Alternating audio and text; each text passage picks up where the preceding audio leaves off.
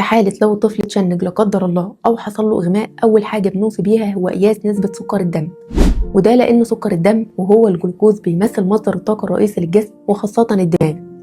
طب قسنا سكر الدم وطلع قليل، إيه السبب؟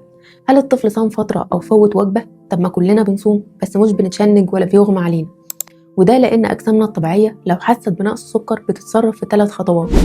الخطوة الأولى إنها تبعت إشارة للعضلات وتقول لها قللي استهلاك الجلوكوز، وبتبعت إشارة للبنكرياس والغدة النخامية طلعوا الجلوكاجون والكورتيزول ومعاهم هرمون النمو يتوجهوا للكبد عشان يخرجوا أي جلوكوز متخزن فيه عشان نستخدمه في الدم ونوجهه للدماغ، وفي نفس الوقت نوقف عمل الأنسولين.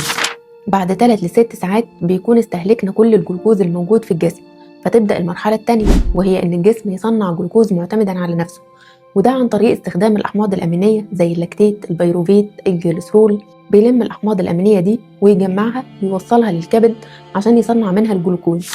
بعد 12 ل 24 ساعة بيدخل في المرحلة الثالثة وهي حرق الدهون واستخدامها كمصدر للطاقة. حرق الدهون ده بينتج عنه الكيتونات، ودي اللي بتدينا ريحة الأسيتون في البق والبول.